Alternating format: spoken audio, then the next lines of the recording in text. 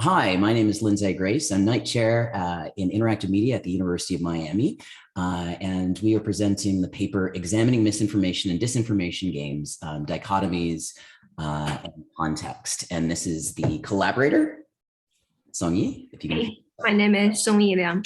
I'm a second-year PhD student, also from the School of Communication at the University of Miami. I'm very happy here to present our project with Professor Grace today. Excellent, thank you. So we're just going to get going by showing our video.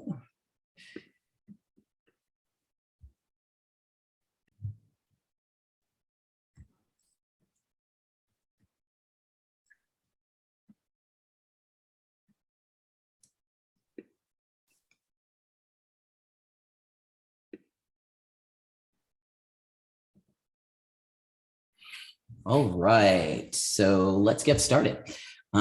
So generally, if we look at sort of the history, we've had this sort of technological optimism at the end of the 20th century. And there really was a sort of hope that the internet would save us all. That there is a kind of optimism that the democratization of information results in better information. And ultimately, we know that the results may differ. So we've had this situation where we've got lots of fake news, we've got lots of misinformation, disinformation easily spread over the internet we once championed for democratizing information. And so the 21st century reality is that misinformation abounds, and there's an ambiguity between fact and fiction. And so many people kind of communicate this idea, and governments are concerned about people drowning in a sea of misinformation and disinformation. And so, of course, as we've done in the past, we are ready to offer games to the rescue. Game designed at solving kind of these big problems as we've seen for more than a decade in Games for Change, and as we've done for things like health with games like Remission, or we've done for education with games like Oregon Trail. And as we've done in many, many other contexts, including Tracy Fullerton's Walden and a lot of other wonderful games. And so we have this sort of hope that games will save us from the crisis of misinformation and disinformation, the sort of infodemic. And one of the things I think we often forget as game designers, and what we were kind of looking to remind people, is that most of our common mistakes as game designers are often a product of failing to recognize that game design can actually benefit from prior communications research. We are a medium after all, and I think it's important to recognize that while we are a distinct medium, there is lessons to be learned from others. And so, of course, it's no surprise that behavior modification through media is not new. So as we create these misinformation, disinformation games, we know that there's actually precedent in the research around behavior modification. And so we came up with a kind of fundamental research question that we're going to share and assess with you now. Following by this direction, we started to think about what if we conducted a content analysis for myths or disinformation games to determine their fidelity to specific communication theories in behavior change. So our current study have chosen 6 games that focus on misinformation, obviously. Also, our study analyzed 3 communication theories behind these game designs. So our study can serve as a literature review for game designers in the future to enhance players' ability or improve their ability to identify and avoid misinformation.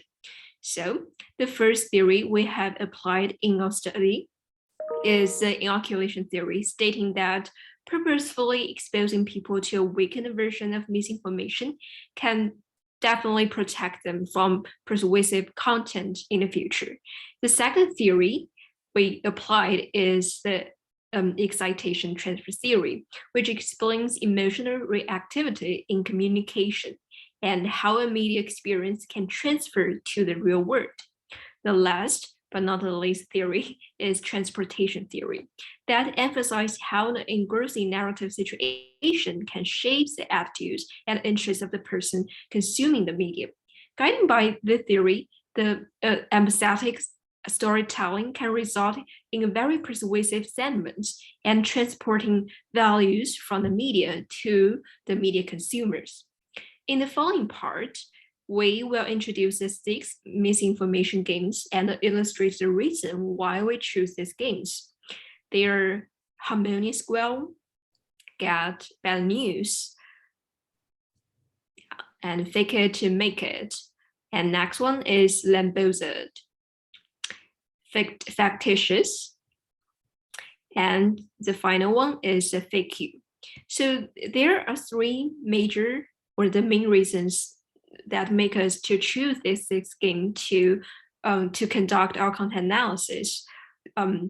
Each of them was published with an academic research goal, and each game has at least one academic publication that includes design intention and a theoretical framework that we can take reference as. And the third one is every game is intended to change players' behavior around the misinformation and disinformation. Unsurprisingly, according to our content analysis result, no each game or no each theory applies to each games. So, and I'm sorry. Yeah, sure. Okay, go ahead. So basically, as we look at this, only one set of researchers explicitly cites a communication theory. And we're going to give you just sort of a fundamental overview of our analysis that'll help you sort of understand some of the observations we made. So on inoculation theory, if we start with get bad news, because it is the first in the research line by Roozenbeck et al. Around combating misinformation, the idea is that it applied inoculation theory, and it did so explicitly with one caveat, which is that the players practiced spreading fake news, not defending themselves from it. So in terms of inoculation theory, they're getting exposed to the other side of misinformation instead of kind of preventing people from spreading it. Likewise, Harmony Square, which is the second in their sequence, is same research line, is largely applying inoculation theory explicitly, but similarly requires players to have that bad actor role, practicing spreading, not responding to misinformation, disinformation. Inoculation theory also applies to fake you, and that there's an offer for improvement here because it allows players to be both author and validator, so they both produce and question. And it does require 3 players, where 2 are actually competing to fool the other. So in that way, in terms of inoculation theory, it's interesting in that it offers 50% of the design is actually making fake news, while 50% of it is responding or identifying. The other really interesting thing about this particular game framework is that the players practice spontaneous counter arguments, which is really good, a little more of a real world experience. Inoculation theory in respect to fake it to make it is interesting because it's actually the oldest game. And if you look at the history, Get Bad News and Harmony Square are very similar to it. So it carries a lot of the similarities, including this sort of bad actor role. But what's interesting is that it is the one that least highlights the actual impact of misinformation. It's really about kind of making the money that you'd like to make and the entrepreneurial venture, but it doesn't focus on how it affects the world.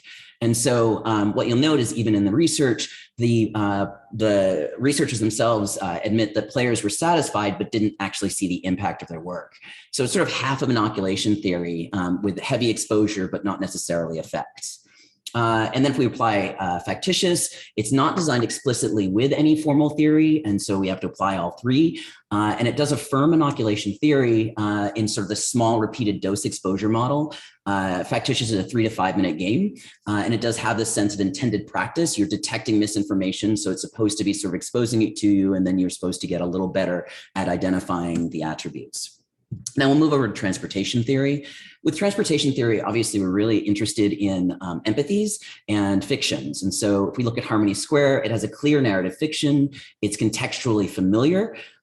People kind of get the context of disrupting this Harmony Square community.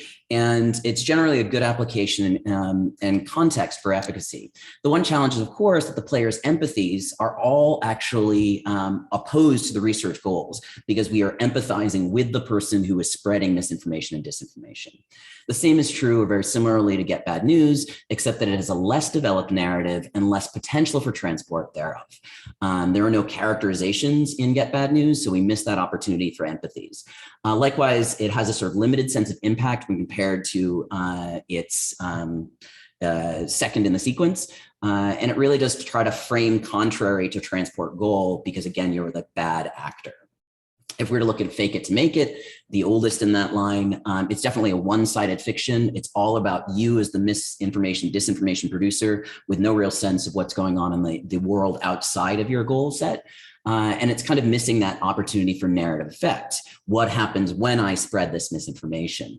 However, it really does a great job of good emotions and empathies, but all for that producer. We really care about what happens because it's us, but it's emotions and empathies for the producer. And then in terms of transportation theory for Lamboozled, it's actually a little hard to apply it here because it doesn't have a clear narrative, but instead uses mental images for evidence building experiences. And that's sort of by nature, and there's just a very different approach to the design tasks. Likewise with factitious, with no narrative, we can simply say there's no transport. There's no narrative spine, there's no narrative elements in factitious. It's more just sort of a very, very simple game. But it's also the shortest to play because there's no narrative, which has a different maybe opportunity in design standards.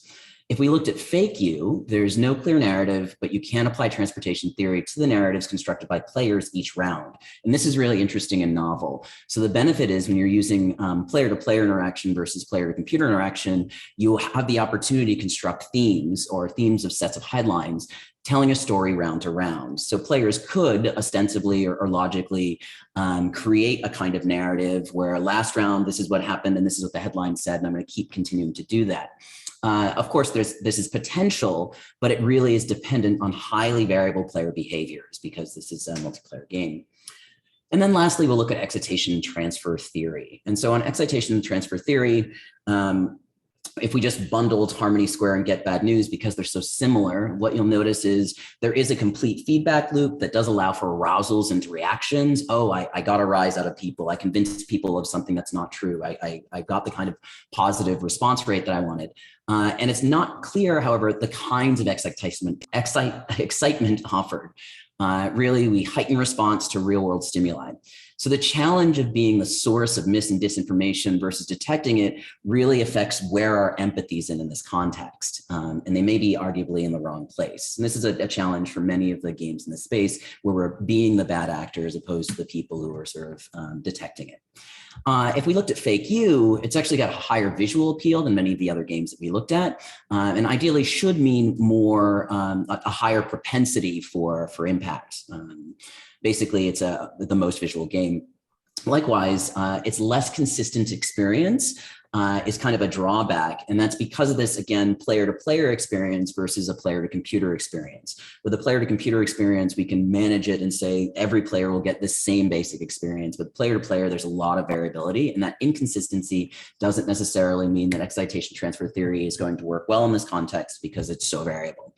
And that most variable is an important element for fake you in this frame. Its potential to exposure for players to enjoyment and hostility really does fluctuate on who's playing, how they're playing, how each round goes.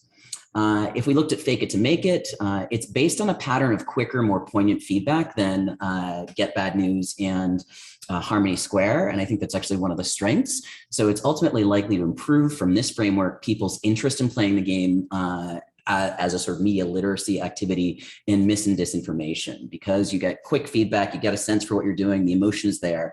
I think there's a real opportunity. We think there's a real opportunity. And then in terms of excitation theory for Lamboozled, one of the things we've got to look at is the fictitious world analogized to sheep. So because there's a strong analogy of you being a sheep in this game, it really kind of affects whether or not the realism is going to create the kinds of tensions, or if that real strong sense of detachment from the narrative or the fictitious environment they've created really doesn't help you transfer it to the rest of the world. So that's a challenge there in Lamboozled. And if we look at factitious, it's got an extremely obvious real world analogy combining basically the elements of social media where you like or dislike or like or choose not to like something.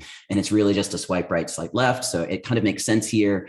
But one of the problems with factitious is it doesn't do a great job of dynamically adjusting the challenge based on player performance to better apply the theory. So the emotional experience can end up being rather flat over gameplay because it's not that dynamic in its increase in challenge. Anyone familiar with sort of Csikszentmihalyi's flow theory would immediately recognize this. So we're going to kind of give you some fundamental conclusions from this analysis that we've conducted. And Song Yi will take care from here. Yeah, sure. So our current research aims to introduce a very new perspective to understand how to apply communication theories to game, aiming to achieve behavior modifications in the context of misinformation. So Regarding the inoculation theory as the chart we presented here, we have ranked Harmonious Well as the top game that illustrates and realizes the principle of the series by intentionally exposing people to fake news and misinformations, which can help them master the strategies of generating fake news and helps them to avoid to be attracted by the fake news in the future. And regarding the excitation transfer series, we also give it credit to the we give the credit to factitious, since also regarding the Lambezel is not a very good fit in the context, since it does not create a game environment with realism to represent an everyday life context, such as a social media platform. Speaking for the last but not least theory, transportation theories, we did not include factitious into the context, since the game does not offer a narrative or a characterizations. Instead, it simply tasks the player with a challenge and to help them to finish all of the challenges. So that is a basic conclusions. Thank you. We're going to be happy to answer questions at this point, and we will hope we found this useful. Thank you. Thank you.